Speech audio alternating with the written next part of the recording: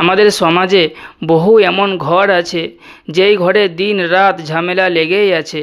না ঘরে কোনো বরকত আছে, না একে অপরের সাথে মিল মোহাব্বত আছে, না ভালোবাসা আছে, শুধু ঝামেলা আর ঝামেলা। তো আপনি যদি এই সমস্ত ঝামেলাকে মেটাতে চান এবং একে অপরের সাথে মিল মোহাব্বত ভালোবাসা চান এবং চান যে আপনার ঘর যেন বরকতে ভরে যাক, তাহলে আমি আপনাদেরকে ছোট্ট একটি আমল বলে দিচ্ছি।